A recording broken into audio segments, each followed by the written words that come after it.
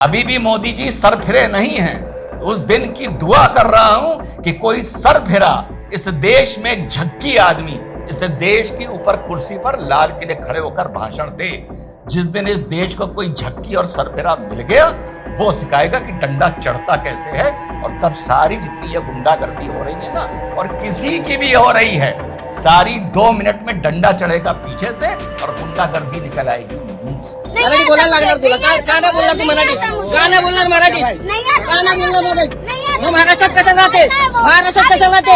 मैं तो कहता हूँ, बार बार कहता हूँ, कैमरे पे कहता हूँ, पता नहीं वो लोग सुन पाते हैं कि नहीं। उनको बोलिए ना कि हमको हटा के दिखाए महाराष्ट्र से। अरे मूर्खो, अपमान वो चीज होती है जब हम मराठी लैंग्वेज का, मराठी डिक्शन का, मराठी पहनावे का, मराठी कल्चर एंड ट्रेडिशन का मजाक उड़ाएं। एक लाइन बना ली है मूर्खों ने और गुंडों ने कि मराठी का अपमान नहीं झेलेंगे, और ये बताते नहीं कि अपमान की परिभाषा क्या है।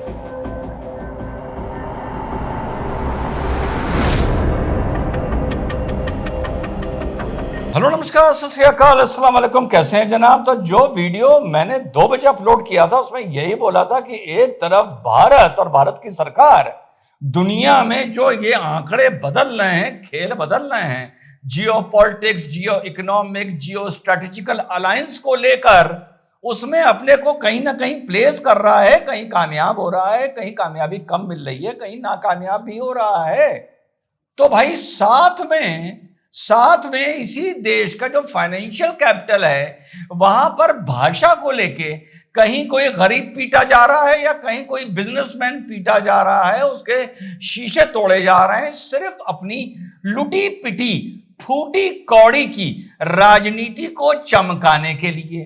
कल जब मैंने इस पे वीडियो बनाया था, मेरे कुछ साथियों ने मुझसे यह भी कहा कि साहब हम आपसे हमेशा एग्री करते हैं, लेकिन आज हम एग्री नहीं कर रहे, क्यों हमारे ऊपर हिंदी थोपी जा रही है। तो इस मुद्दे पर थोड़ी देर में बात करेंगे, लेकिन बात करूंगा अभी एक शेरनी की। और शेरनी जब मैं किसी को कहता हूं तो भाई कुछ सोच समझकर बोलता हूं। जरा इस लड़की का या इस बच्ची का आहा कॉन्फिडेंस देखिए, अल्फाज देखिए जो ये बोल रही है, रुतबा देखिए और जलवा देखिए, और बड़े हबशी नुमा आदमी का इसने क्या हाल किया, एमएनएस के गुंडे का। जरा ये देखिए, सुनिए। मैं हिंदी में ही बात करूंगी। हिंदी में बात करेंगे, मराठी नहीं बोलेंगे। नहीं, क्यों मराठी में बोलूं? क्यों इधर करते हो उधर करते हो, काम करते ना महाराष्ट्रात मराठी पाहिजे। कोणी पण असू द्या, मराठी आलीच पाहिजे तुला। मैं हिंदी में ही बात करूंगी। अशा लोकांना मैं हिंदी में ही बात करूंगी। आले ना आपली तर आणि मराठी मैं हिंदी में ही बात करूंगी। हाँ, मैं हिंदी में ही बात करूंगी। हिंदी में बात करेंगे। हाँ, बिल्कुल। हाँ।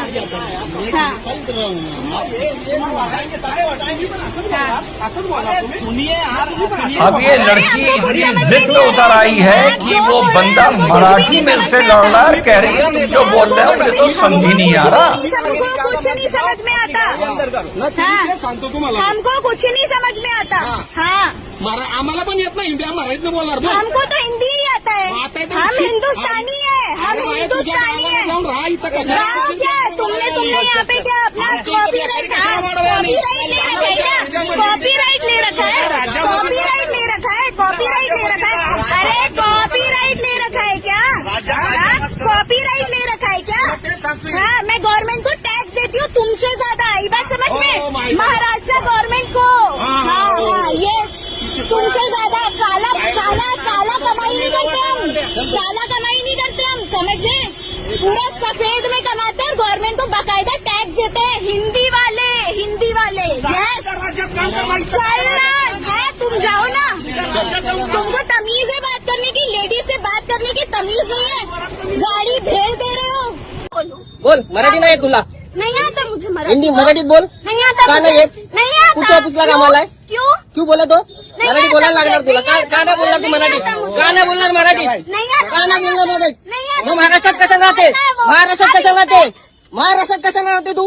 मेरी मर्जी से रहती मैं हूँ। निकालता मेरा खुद आता का घर है। इकड़ने निकालता मेरा खुद का घर है। महाराष्ट्र मैं निकालता मेरी मर्जी से रहती क्यों हूँ। मेरे खुद का घर है। किधर का मेरा खुद का गाँव घर किधर है तेरा? मेरा गाँव कहीं का आप भी है। फिर मेरा गाँव मराठी कहीं में का बात है। करने का? मैं करूंगी। मराठी में बात कर, क्या कर लोगे? भाषा से बात करूँ, मेरा से बात, मेरी मर्जी। क्या बात है भाई, क्या बात है भाई, मान गए।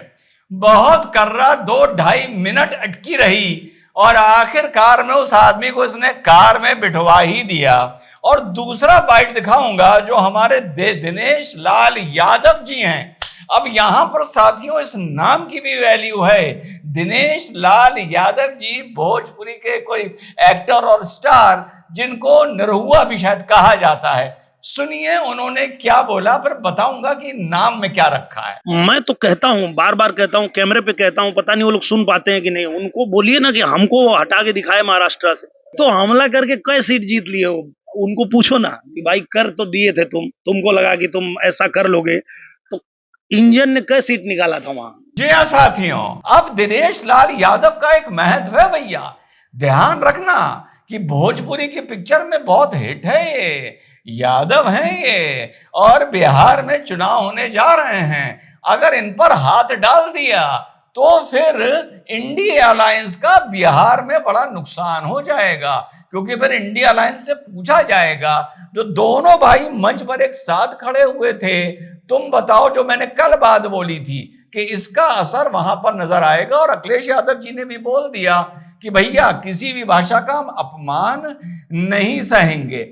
अब ये सब देखते हुए जो वहां पर मुंबई में माहौल बन रहा है, 2-3 लोगों से ज्यादा नहीं मेरी बात हुई, उन्होंने कहा भैया वो दिन चलेगा रिजवान भाई, अब हम बर्दाश्त नहीं करेंगे। उसमें 2 बंदे में एमपी के हैं, एक साथ रहते हैं। उन्होंने कहा अब हम बर्दाश्त नहीं करेंगे, कोई मारेगा हम पलट के मारेंगे, सीधी बात। तो अब उद्धव ठाकरे ने अपना हल्का सा एंगल बदला है और उद्धव ठाकरे ने कहा है कि हमें हिंदी से कोई प्रॉब्लम नहीं है, हम सिर्फ मराठी का अपमान नहीं झेलेंगे और हम हिंदी का इंपोजिशन नहीं झेलेंगे।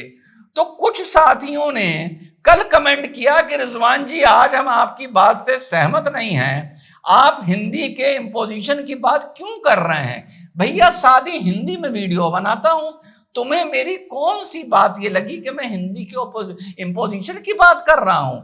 पूरा मेरे सारे वीडियोस आप नहीं देख पाते ना। 2 दिन पहले जो मैंने इस मुद्दे पे पहला वीडियो बनाया था, मैंने कहा था कि सरकार जो हिंदी को महाराष्ट्र में न्यू एजुकेशन पॉलिसी में कंपलसरी कर रही है या भारत में कहीं भी कर रही है, ये गलत है। उसको कंपलसरी नहीं करना चाहिए। कंपलसरी करना इंपोजिशन है, उसको एक मैटर ऑफ चॉइस स्टूडेंट्स का दे देना चाहिए, ऑप्शनल कर देना चाहिए। सरकार एंड में मान गई। अब आपको क्या प्रॉब्लम है? अब आप ये भी कहेंगे कि महाराष्ट्र में as a matter of choice भी कोई बच्चा अगर हिंदी पढ़ना चाहे तो हम उसे नहीं पढ़ने देंगे। ये तो इंपोजिशन हिंदी का नहीं हुआ, इंपोजिशन ये मराठी का हो गया, जो इस लड़की पर हो रहा था। ये जो इस लड़की से कहा जा रहा था मराठी में बोल, खैर इस लड़की ने मुंह तोड़ जवाब दिया और गीला जूता मुंह पे मारा है। वाकई मजा आ गया, तबीयत खुश हो गई। अब आगे बढ़ता हूं और बात खत्म करता हूं। कल कमेंट में कुछ और लोगों ने यह भी बोला हम मराठी का अपमान नहीं झेलेंगे, तो मैंने ये जवाब दिया उन्हें कमेंट में कि भैया अपमान को तुम परिभाषित भी तो कर दो ना। हम तो बोल चुके कि हिंदी कहीं भी कंपलसरी नहीं होनी चाहिए, बोल दिया हमने, पहले वीडियो में बोल दिया और हमने सरकार के खिलाफ बोला। अब तुम बोलते हो हम मराठी का अपमान नहीं झेलेंगे। अरे मराठी के अपमान को परिभाषित भी तो करो कि मराठी का अपमान होता क्या है। रिजवान अहमद महाराष्ट्र में कहीं काम कर रहा है, वो कहे मुझे मराठी बोलनी नहीं आती, तो तुम मुझे पीटना शुरू कर दोगे कि मराठी का अपमान कर दिया। अरे मूर्खों, अपमान वो चीज होती है जब हम मराठी लैंग्वेज का, मराठी डिक्शन का, मराठी पहनावे का, मराठी कल्चर एंड ट्रेडिशन का मजाक उड़ाएं, उसे मॉक करें, उसे ट्रोल करें। ये होता है अपमान। एक लाइन बना ली है मूर्खों ने और गुंडों ने कि मराठी का अपमान नहीं झेलेंगे, और ये बताते नहीं कि अपमान की परिभाषा क्या है, और ये कह देते हैं अगर तुम मराठी नहीं बोल रहे हो तो तुम मराठी का अपमान कर रहे हो। भाई वाह, मतलब बिल्कुल 2 कौड़ी की बात। तो मराठी ना बोलना, हिंदी ना बोलना, तेलुगु ना बोलना, कन्नड़ ना बोलना या ना आना उस भाषा का अपमान नहीं है। ये तुम्हारा इंफीरियरिटी कॉम्प्लेक्स हो सकता है जो तुम्हें ये बात बोलने पर मजबूर कर रहा है और अपमान शब्द का इल इंटरप्रिटेशन और मिस इंटरप्रिटेशन करने का अपमान कर रहा है। फिर बहुत से लोगों ने, कुछ लोगों ने यह भी कमेंट किया कि भाई फिर हम हिंदी नहीं बोलेंगे। अब भाई ना बोलो हिंदी ना बोलो, कौन आपसे कह रहा है? आपकी दुकान पर कोई आदमी हिंदी भाषी आए और वो आपसे हिंदी में कुछ मांगे, आप कह दो मराठी में बात करो वरना मैं तुम्हें सामान नहीं बेचूंगा, जाने दो उसको बाहर। अबे तुम्हें मारने का अधिकार किसने दिया गुंडागर्दी करने का? और चाहो इसको उल्टा कर दो, कोई हिंदी भाषी की दुकान है, गुजराती भाषी की दुकान है, कोई भी दुकान है, मान लो कोई भी, आप उसके पास बींगा मराठी जाते हैं और आप मराठी में बात करते हैं, वो मराठी में आपकी बात नहीं समझता है, वो कहता है हिंदी में बात करो, तो ना करो हिंदी में बात, उसकी दुकान से सामान ना खरीदो। दोनों तरह से एग्जाम्पल करके समझा दिया। ना खरीदार के तौर पर तुम दुकान मालिक को मार सकते हो और ना दुकान मालिक तुम्हें मार सकता है भाषा के आधार पर। इसमें भी कोई प्रॉब्लम है क्या? प्रॉब्लम बस ये है कि इस देश में लाठी ठीक तरीके से चलती नहीं है। डंडा जिस दिन गरम गरम चढ़ जाएगा, कोई सरफिरा, अभी भी मोदी जी सरफिरे नहीं हैं, उस दिन की दुआ कर रहा हूं कि कोई सरफिरा इस देश में झक्की आदमी इस देश के ऊपर कुर्सी पर लाल किले खड़े होकर भाषण दे। जिस दिन इस देश को कोई झक्की और सरफिरा मिल गया, वो सिखाएगा कि डंडा चढ़ता कैसे है। और तब सारी जितनी ये गुंडागर्दी हो रही है ना, और किसी की भी हो रही है, सारी 2 मिनट में डंडा चढ़ेगा पीछे से और गुंडागर्दी निकल आएगी मुंह से।